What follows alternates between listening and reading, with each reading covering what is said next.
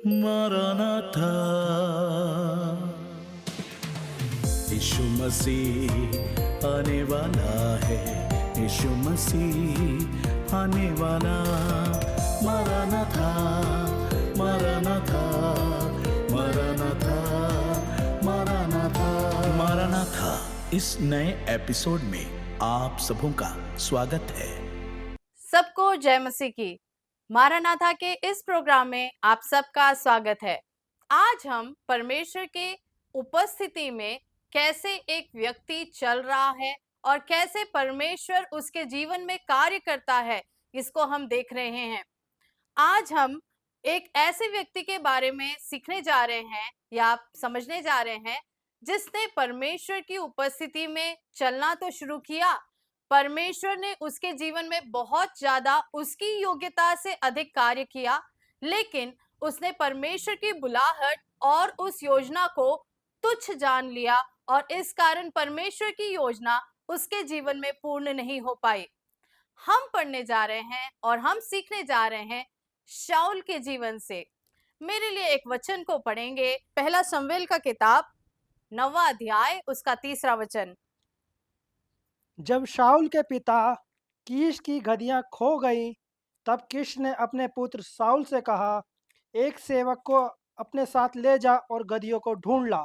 गधियों को ढूंढ ला। इस समय हम जिस संदर्भ में शाऊल की जिंदगी से देख रहे हैं, उसके जीवन में एक ऐसी अवस्था है जब उसके परिवार में एक परिवार में या उसके व्यक्तिगत जीवन में कुछ चीज का नुकसान हो गया है। उसे अपने गधियों खो गई हैं, उनको ढूंढ लाने के लिए उसके पिता ने आज्ञा दी है। हम पहला शमूएल 9वां अध्याय और 10वां अध्याय में हम पढ़ते हैं, 9वां अध्याय के शुरुआती भागों में हम पढ़ते हैं कि काफी ज्यादा ढूंढने के बावजूद वो गधियां शाऊल को नहीं मिली और उस कारण से वो बहुत ही ज्यादा परेशान था। जब आज की इस संदर्भ में हम इस वचन को पढ़ते हैं, कई बार हमारे जीवन में ऐसी अवस्थाएं आ जाती है जब हमें कुछ आशीषें चाहिए, हमारे जीवन में कुछ चीजों का नुकसान हो गया है, कुछ बातों की घटी हो गई है और हम खोजते जा रहे हैं। उस अवस्था में हम बहुत ज्यादा व्याकुल हो जाते हैं। हम पहले इस भाग में देख रहे हैं कि शाऊल अपनी गधियों को ढूंढ रहा है और उसके बाद हम पढ़ते हैं कि उसको वो गधियां मिली, लेकिन कैसे? पहला शमूएल 10वां अध्याय उसका पहला वचन भी पढ़ लें। तब शमूएल ने एक कुप्पी तेल लेकर उसके सिर पर उड़ेला और उसे चूम कर कहा, क्या इसका कारण यह नहीं कि यहोवा ने अपने निज भाग के ऊपर प्रधान होने को तेरा अभिषेक किया है? आगे दूसरा वचन भी पढ़ लें। आज जब तू मेरे पास से चला जाएगा, तब राहेल की कब्र के पास, जो बिन्यामीन के देश के सिवाने पर सेले में है, दो जन तुझे मिलेंगे और कहेंगे कि जिन गधियों को तू ढूंढने गया था वे मिली हैं।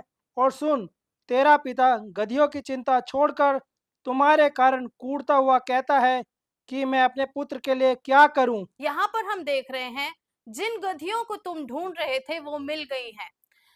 अगर पहला शमूएल 9वां अध्याय हम पढ़ेंगे और उसके बाद 10वां अध्याय हम पढ़ेंगे, एक ऐसे जर्नी को हम देखते हैं, एक ऐसे सफर को हम देखते हैं जहां पर शाऊल उन गधियों को ढूंढते ढूंढते ढूंढते शमूएल भविष्यवक्ता के पास पहुंचता है।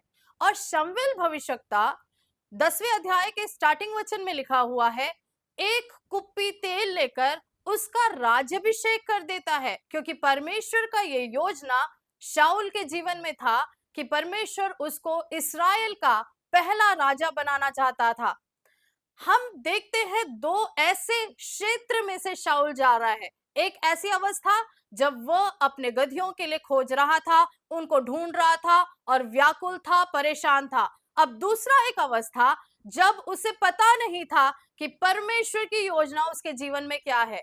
प्रियो, कई बार हमारे जीवन में ऐसी अवस्थाएं हैं जब हम परमेश्वर से काफी सारी चीजों को अपेक्षा रखते हैं। हम कई सारी इन दुनिया की गधियों जैसे चीज या फिर जो ज्यादा मूल्य नहीं रखते परमेश्वर के सामने, उन बातों के पीछे हम ढूंढ कर, खोज कर व्याकुल होते हुए चलते हैं। लेकिन देखें, परमेश्वर की योजना शाऊल के जीवन में क्या थी? परमेश्वर ने उसको ये ठान कर रखा था या ये सोच कर रखा था कि परमेश्वर उसको इस्राएल का पहला राजा बनाना चाहता था।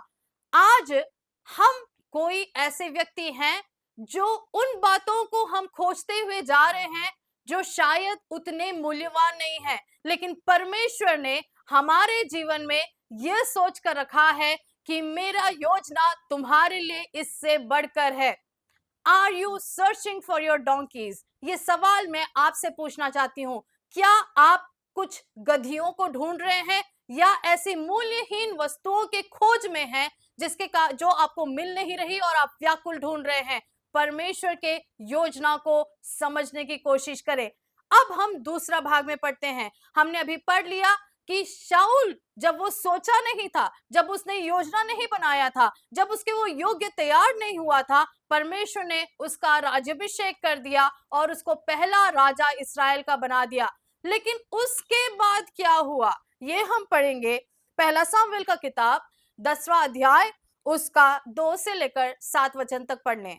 आज जब तू मेरे पास से चला जाएगा, तब राहेल की कब्र के पास जो बिन्यामीन के देश के सिवाने पर सेले में है, 2 जन तुझे मिलेंगे और कहेंगे कि जिन गधियों को तू ढूंढने गया था वे मिली हैं, और सुन, तेरा पिता गधियों की चिंता छोड़कर तुम्हारे कारण कूड़ता हुआ कहता है कि मैं अपने पुत्र के लिए क्या करूं। अब यहाँ से 6 और 7 पढ़ लेंगे।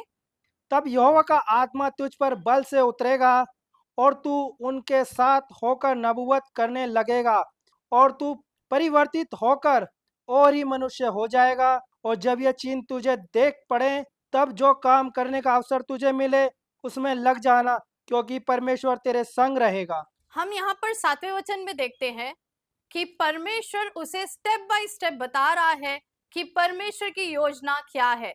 प्रियो, जब हमारे जीवन में परमेश्वर की योजना में हम आ जाते हैं, हमें परेशान होने की या खोजने की या चिंतित होने की जरूरत नहीं है, क्योंकि परमेश्वर ने हमारे लिए एक एक करके अपनी योजना को बनाकर रखा है, बशर्ते हम परमेश्वर के अनुसार चलते हैं। 7वां वचन वहां पर फिर से एक और बार पढ़ लें। और जब यह चिन्ह तुझे देख पड़ेंगे, तब जो काम करने का अवसर तुझे मिले उसमें लग जाना, क्योंकि परमेश्वर तेरे संग रहेगा। यस, अगर परमेश्वर आपके संग है, अगर परमेश्वर ने जो कार्य बोला या जो योजनाएं परमेश्वर ने कही हैं, वो चिन्ह आपको पूरे दिख रहे हैं, एक एक परमेश्वर ने जो कहा हुआ बातें पूरी हो रही है, तो और अधिक परमेश्वर के साथ चलने की जरूरत है, क्योंकि परमेश्वर आपके जीवन में कुछ कार्यों को करने जा रहा है। परमेश्वर ने आपके जीवन में कुछ योजनाओं को रखा है। अब हम पढ़ेंगे मत्ती 6 अध्याय उसका 33वां वचन। परमेश्वर ने किन बातों को हमारे जीवन में रखा है हम ये समझ सकते हैं यहाँ पे। और दूसरा, कई बार क्यों हम परमेश्वर के उन योजना के अनुसार अपने आप को नहीं आगे बढ़ाते, हम देख सकते हैं। मत्ती 6 अध्याय उसका 33वां वचन पढ़ लें। इसलिए पहले तुम उसे राज्य और धर्म की खोज करो, तो ये सब वस्तुएं भी तुम्हें मिल जाएंगी। परमेश्वर का वचन बिल्कुल साफ है। परमेश्वर ने हम मनुष्यों के लिए, जो उनसे प्रेम करते हैं, जो उनके कहने के अनुसार चलते हैं, हर एक वस्तुओं का प्रबंध किया है। मानो कि एक पिता अपने बच्चों के लिए प्रबंध करता है। अगर इस दुनिया के शारीरिक पिता अपने संतानों के लिए बचपन से प्रबंध करते करते आगे बढ़ते हैं, जब तक वो जीवित रहते हैं, तो हमारा स्वर्गीय पिता हमारे लिए क्यों कर नहीं करेगा। लेकिन फिर भी कई बार हम परमेश्वर के उन वचनों को जानते हैं, हम विश्वास करते हैं कि परमेश्वर हमारे लिए प्रबंध करेगा, लेकिन हम परमेश्वर की उपस्थिति में व्याकुलता में आगे बढ़ते हैं। हम कई बार परमेश्वर के उन कार्यों को पूरा नहीं करते। यहाँ पर शाऊल को परमेश्वर ने कहा, जो बातें मैं कह रहा हूं उतना कर ले, ये तेरे लिए आशीष का कारण होगा। परमेश्वर ने एक नया योजना उसके जीवन में रखा। उन गधियों के ढूंढने वाली अवस्था से, उस घर की परेशानी की अवस्था से निकाल कर परमेश्वर ने उसको एक राज्य अभिषेक कर दिया, एक राज्य का, एक नेशन का पहला राजा उसको बना दिया और कहा कि अब जो कुछ मैं तुझे कहता हूं वो तू करते जा। लेकिन शाऊल ने क्या किया? क्या शाऊल ने परमेश्वर की योजना को पूरा किया? हम अगले वचन में देख रहे हैं। पहला शमूएल 15 अध्याय का 3 वचन पढ़ लें, उसके बाद 9वां वचन पढ़ लें। इसलिए अब तू जाकर अमालियों को मार और जो कुछ उनका है उसे बिना कोमलता किए सत्यानाश कर। क्या पुरुष, क्या स्त्री, क्या बच्चा, क्या दूध पीवा, क्या गाय बैल या भेड़ बकरी, क्या ऊंट, क्या गधा, सबको मार डाल। 9वां वचन भी पढ़ लें। परंतु आगाग पर और अच्छी से अच्छी भेड़ बकरियों, गाय बैलों, मोटे पशुओं और मेमनों और जो कुछ अच्छा था, उन पर शाऊल और उसकी प्रजा ने कोमलता की और उन्हें सत्यानाश करना ना चाहा, परंतु जो कुछ तुच्छ और निकम्मा था उसको उन्होंने सत्यानाश किया। यहाँ पर हम बहुत ही विरोधाभास देखते हैं। परमेश्वर ने कुछ कहा, परमेश्वर ने एक कमांडमेंट दिया, परमेश्वर ने एक आज्ञा दिया कि आगे को तुझे क्या करना है, शाऊल तेरे विरोधियों के साथ तुझे कैसा व्यवहार करना है। लेकिन हम 9वें वचन में देखते हैं कि शाऊल ने उनके साथ कैसा व्यवहार किया। प्रियो, कई बार जब परमेश्वर ने हमारे लिए कुछ आज्ञाओं को रखा है, परमेश्वर ने हमारे लिए कुछ योजनाओं को रखा है और उसमें परमेश्वर ने हमें यह कहा हुआ है कि ये करें और ये ना करें, तब भी कई बार हम परमेश्वर की उन योजनाओं को पूरा नहीं करते हैं। हम सोचते हैं, हम अपने रीजंस देते हैं। अगर हम पहला शमूएल 15 अध्याय पढ़ते हैं तो वहां पर शाऊल को शमूएल भविष्यवक्ता ने पूछा, तू ऐसा क्यों किया? तुझे परमेश्वर ने कहा था अमालियों के सारे चीजों को, सारे जानवरों को, सब कुछ को मार डालें, सब कुछ खत्म करें ताकि उसमें से कुछ भी ना बचे। ये परमेश्वर ने आज्ञा दिया था, तूने ऐसा क्यों किया? तो शाऊल वहां पर क्या कहता है? शाऊल कहता है कि मैंने इसलिए किया ताकि ये परमेश्वर के लिए बलि बन जाएं। प्रियो, कई बार हमारी सोच और हमारी समझ हम परमेश्वर की योजनाओं से बढ़कर मानते हैं। हम ये सोचते हैं कि हम ये ऐसा करेंगे या हम यूं करेंगे तो परमेश्वर खुश हो जाएंगे। लेकिन क्या परमेश्वर हमसे बहुत बड़े कार्यों को चाहता है? पहला शमूएल 15 अध्याय का 22वां वचन सबसे ज्यादा एक फेमस वचन है, जहां पर लिखा हुआ है, क्या सुन, मानना तो बलि चढ़ाने से उत्तम है और कान लगाना मेढ़ों की चर्बी से उत्तम है। परमेश्वर हमसे क्या चाहता है? परमेश्वर हमसे यह चाहता है कि हम परमेश्वर की बातों को मान ले। यहाँ पर हम देखते हैं कि शाऊल ने परमेश्वर की बात को नहीं माना, परमेश्वर की योजना को उसने पूरा नहीं किया। एक और वचन मैं आपको पढ़ाना चाहती हूँ, लूका 9 अध्याय उसका 61वां वचन। एक और ने भी कहा, हे प्रभु, मैं तेरे पीछे हो लूंगा, पर पहले मुझे जाने दे कि मैं अपने घर के लोगों से विदा हो आऊं। यहाँ पर लूका 9 अध्याय में हम ऐसे भाग को पढ़ते हैं जब बहुत सारे लोग, कुछ को परमेश्वर अपने लिए बुलाता है और कुछ परमेश्वर से कहते हैं कि मैं भी तेरे पीछे होऊंगा। एक ऐसा व्यक्ति लूका 9 अध्याय के 61वें वचन में कह रहा है कि परमेश्वर मैं तेरे पीछे होऊंगा, लेकिन पहले मुझे कुछ बातों को निपटाना जरूरी है, पहले मुझे अपने योजनाओं को पूरा करना जरूरी है।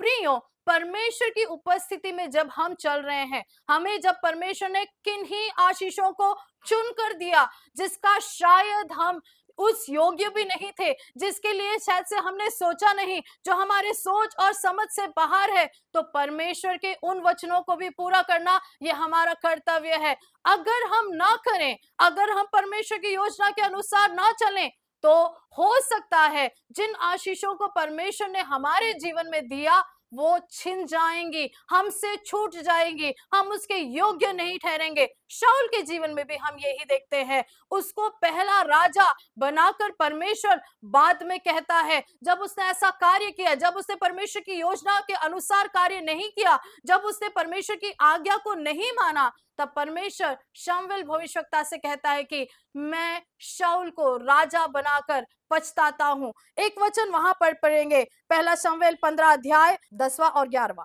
तब यहोवा का यह वचन शमूएल के पास पहुंचा कि मैं शाऊल को राजा बना के पछताता हूँ, क्योंकि उसने मेरे पीछे चलना छोड़ दिया और मेरी आज्ञा का पालन नहीं किया। तब शमूएल का क्रोध भड़का और वह रात भर यहोवा की दुहाई देता रहा। यहाँ पर हम देख रहे हैं कि परमेश्वर अपने उस योजना को, जो आशीष परमेश्वर ने शाऊल के जीवन में दिया था, उसको देने के बाद पछताया। ऐसा क्यों हो गया प्रियो? क्योंकि परमेश्वर की उस योजना से बढ़कर शाऊल ने अपनी इच्छा को, अपने सोचों को पूरा करने की कोशिश की। क्या आज आपके जीवन में या मेरे जीवन में, हम जो सुन रहे हैं, हमारे जीवन में ऐसी कोई अवस्था है जब हमें परमेश्वर ने दिए हुए आशीषों को हम तुच्छ जानकर परमेश्वर के वचन के अनुसार न आगे बढ़कर हम उन आशीषों को खोने के कगार में हैं?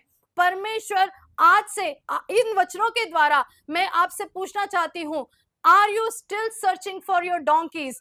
जहां पर शाऊल कुछ जानवरों को ढूंढ रहा है, वो ढूंढ रहे मोटे ताजे पशु कौन से हैं, सबसे ज्यादा फायदा दिलाने वाले जानवर कौन से हैं। परमेश्वर ने कहा नाश कर दो शाऊल, वो कह रहा है कि नहीं, अभी भी उसकी नजर जो है उन जानवरों पर है। प्रियो, परमेश्वर ने जो तुच्छ चीजों में से हमें निकालकर ऊंचाई पर पहुंचाया है, अभी भी क्या हमारी नजर इन दुनिया की उन ऐसी बातों पर है जो मूल्य नहीं रखती? परमेश्वर का वचन फिर से एक और बार दोहरा दूं, परमेश्वर ने कहा पहले मेरे राज्य और धर्म की खोज करो। हमारे लिए जो कुछ चाहिए, हमें जो कुछ जरूरत है, परमेश्वर वो देने का वायदा हमें करता है। सबसे अधिक परमेश्वर की उपस्थिति में चलें, परमेश्वर के अनुसार आगे बढ़ें, परमेश्वर ने जो हमारे ऊपर आशीषें दी है उनको, उनका महत्व समझें और परमेश्वर से प्रेम करें। इससे बढ़कर परमेश्वर हमसे कुछ नहीं चाहता। ऐसा करने से परमेश्वर हमारे जीवन में और अधिक आशीषों को देगा। हम शाऊल की जिंदगी से 4 बातों को देखें। पहला, शाऊल एक ऐसी अवस्था में था जब वो गधों को ढूंढ रहा था, जब वो सोचा नहीं था कि उसके जीवन में कोई आशा होगी, जब वो ऐसे अवस्था में व्याकुल होकर चल रहा था जहां पर उसको कोई उम्मीद नहीं दिख रहा था। वहां से परमेश्वर ने उसको राज्य दे दिया, उसको राजा बना दिया। इस दुनिया की छोटी चीजों से बढ़कर अपनी बड़ी योजना के लिए परमेश्वर ने उसको तैयार कर दिया। लेकिन तीसरे भाग में हम देखते हैं कि शाऊल फिर भी उन गधों को ही ढूंढ रहा है, फिर भी ऐसे ही बातों को ढूंढ रहा है जो उसको फायदा पहुंचाती है, जो इस दुनिया में उसको बहुमूल्य लगती हैं। उसका सोच परमेश्वर की उस बड़े योजना को समझ ही नहीं पाया और इस कारण से हम चौथे भाग में देखते हैं कि परमेश्वर ने उसको रिजेक्ट कर दिया, परमेश्वर ने उसको राजा बनाकर पछताया। परमेश्वर इस वचनों से हमें क्या सिखाना चाहता है? हमारे जीवन में भी, हमारे हर एक अवस्थाओं में परमेश्वर हमें एक एक कर आशीषों को देना चाहता है। परमेश्वर का ये वायदा बाइबल में है कि हर प्रकार की आशीषें परमेश्वर अपने बच्चों के लिए रखता है। लेकिन क्या उसके लिए हम तैयार हो रहे हैं? क्या हम परमेश्वर की उन योजनाओं के लिए दिन प्रतिदिन आगे बढ़ रहे हैं, या फिर इस दुनिया के कूड़ा करकट या फिर ऐसी आशीषें जो इस दुनिया में आशीष लगती है जिसका कोई मूल्य परमेश्वर के सामने नहीं है, उसको हम बहुत ज्यादा समझकर परमेश्वर के वचनों को दिन प्रतिदिन ठुकरा रहे हैं? अगर आज मुझे सुनने वाले ऐसे कोई अवस्था में से होकर चल रहे हैं, आपके लिए समय है, ये वचन आपके लिए है। परमेश्वर आपसे फिर एक बार बात कर रहा है, मेरे उस योजना को समझ ले, मेरे बेटे, मेरी बेटी, मेरे उस योजना का मूल्य समझ ले, मेरे उस योजना पे वापस आ जा। मैंने तेरे लिए हर प्रकार की आशीषें रखी है, लेकिन तू बशर्ते मेरे वचनों को पूरा करे। हम एक और वचन पढ़ने जा रहे हैं, पहला शामूएल 15 अध्याय उसका 17वां वचन। शमूएल ने कहा, जब तू अपनी दृष्टि में छोटा था, तब क्या तू इस्राएली गोत्रियों का प्रधान न हो गया? और क्या यहोवा ने इस्राएल पर राज्य करने का तेरा अभिषेक नहीं किया? 18वां वचन भी। और यहोवा ने तुझे यात्रा करने की आज्ञा दी और कहा, जाकर उन पापी अमालियों को सत्यानाश कर, और जब तक वे मिट ना जाएं, तब तक उनसे लड़ता रहे। यहाँ पे हम देख रहे हैं कि शाऊल को शमूएल फिर से उस योजना का महत्व बता रहा है। शाऊल, क्या तू इस योग्य था? क्या तू इस अवस्था में पहुंच सकता था जहां पर तू पहुंचा है? क्या परमेश्वर ने तुझे एक विशेष कार्य के लिए तैयार नहीं किया? क्या तेरे जीवन में परमेश्वर ने अपने उन आशीषों को नहीं दिया? प्रियो, आज भी हमारे जीवन में कई बार परमेश्वर की उस योजना को हम समझ नहीं पाते। कई बार परमेश्वर ने जिन आशीषों को हमारे जीवन में दिया है, क्योंकि हम दूसरों को देख रहे हैं, क्योंकि हम कंपेयर कर रहे हैं, क्योंकि हो सकता है कि हमारे जीवन में काफी सारे हमने सोच और स्वप्न रखे होंगे, वो उस प्रकार से पूरे नहीं हो रहे, तो हम परमेश्वर की योजनाओं को ठुकरा कर अपनी योजनाओं को पूरा करने की कोशिश करते हैं। नीति वचन में यह लिखा हुआ है कि तू अपने समझ का सहारा ना लेना, परंतु संपूर्ण मन से परमेश्वर पर भरोसा रखना, उसको स्मरण करके सब कार्य करना, तब वो तुम्हारे लिए सीधा मार्ग निकालेगा। आज हमारे जीवन में परमेश्वर की योजनाओं को प्रायोरिटाइज करें, हम सबसे ज्यादा महत्व परमेश्वर की योजना को दें। परमेश्वर मेरे जीवन में क्या चाहता है, परमेश्वर ने मुझे किस मुकाम पर रखा है, परमेश्वर मेरे लिए क्या चाहता है, मेरे कॉलेज के द्वारा, मेरे स्कूल के द्वारा, मेरे इस नौकरी के क्षेत्र के द्वारा, मेरे इस परिवार के द्वारा परमेश्वर की योजना क्या है, ये सबसे ज्यादा हमें समझने की जरूरत है। यह न समझते हुए कई बार हम अपने उन जालों में घूमते जाते हैं, अपने उन लालचों के पीछे हम घूमते जाते हैं। कई लोग नशे में पड़ गए, कई लोग परस्त्रीगमी में, कई लोग अपने परिवारों को, कई लोग अपने बच्चों को ठुकरा दिए, कई लोग अपने उस जवानी की अवस्था में जब परमेश्वर उनके द्वारा बड़े बड़े कार्य करना चाहता था, अपने दोस्ती और गलत संगति के कारण अपने जीवन को बर्बाद कर दिए। क्या आज आपकी अवस्था भी ऐसी है कि परमेश्वर ने जिन आशीषों को दिया उसका महत्व न समझकर इस दुनिया की चीजों के पीछे, जो अच्छी नहीं है, जो आपकी सोच में बड़ी है लेकिन परमेश्वर की इस योजना में नहीं है, उनके पीछे क्या आप जाकर अपने जीवन को बर्बाद किए हैं?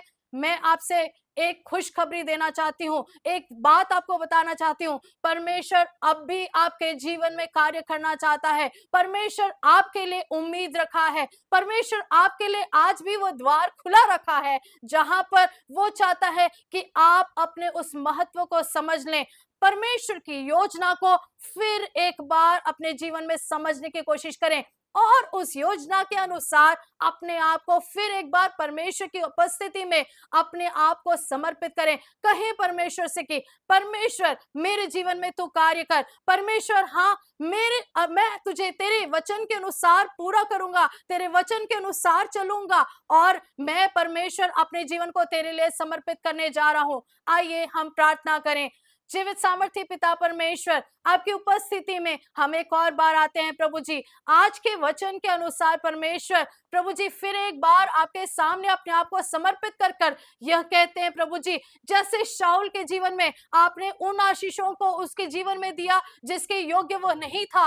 परमेश्वर कई बार आपने हमारे जीवन में ऐसी आशीषों को दिया जिसके योग्य हम नहीं थे, लेकिन परमेश्वर प्रभु जी आपके वचन को ठुकराने के बाद अपनी योजना को पूरी करने के लिए आपके वाचाओं को या आपकी आज्ञाओं को न मानते हुए परमेश्वर कई बार हम आपकी योजना को तुच्छ जाने हैं। परमेश्वर हमें क्षमा करें। परमेश्वर फिर एक बार आप परमेश्वर आपकी उपस्थिति में और अधिक विश्वास योग्यता के साथ चलने के लिए आप हमारी सहायता करें। आप ऐसा करता है इसलिए आपका धन्यवाद करते हैं। मुझे इस वचन को सुनने वाले हर एक भाई और बहन जो आपके राह से भटक गए, जो आपकी योजना से भटक गए, उनके लिए मैं प्रार्थना करती हूँ परमेश्वर एक और बार आपकी उपस्थिति में सच्चे दिल से आने के लिए आप सहायता करें। प्रार्थना सुना, धन्यवाद, आदर महिमा आपको देते हुए प्रार्थना उद्धार करता यीशु मसीह के पवित्र नाम से मांगती हूँ, आमीन।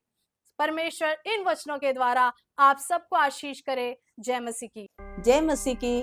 हमारे हार्वेस्ट टीवी के सभी प्रेक्षकों को हमारा प्रेम भरा नमस्कार। आपने अभी हमारा मारानाथा का जो संदेश सुना था, मैं विश्वास करती हूँ ये आपके जीवन के हर क्षेत्र में ये आशीष का कारण बनेगा। Hallelujah, praise Lord. आपका कोई भी विषय, इस मामले में कोई भी विषय क्यों ना हो, आप हमसे संपर्क कर सकते हैं। अगर आपका प्रार्थना का कोई भी विषय होगा, व्यक्तिगत विषय हो या पारिवारिक विषय हो, या आप अपने बच्चों के बारे में चिंतित हो, हालेलुया, आप हमसे संपर्क कर सकते हैं। आपको कोई ऐसा बीमारी हो जो लाइलाज है, आप हमसे संपर्क कर सकते हैं। हम आपके लिए प्रार्थना करेंगे। हमारा प्रार्थना ग्रुप सदैव आपके विषयों के लिए प्रार्थना करने के लिए तत्पर रहेगा और आप भी हमारी इस मारानाथा सेवकाई के लिए जरूर प्रार्थना करेंगे। जय मसीह की। मारानाथा।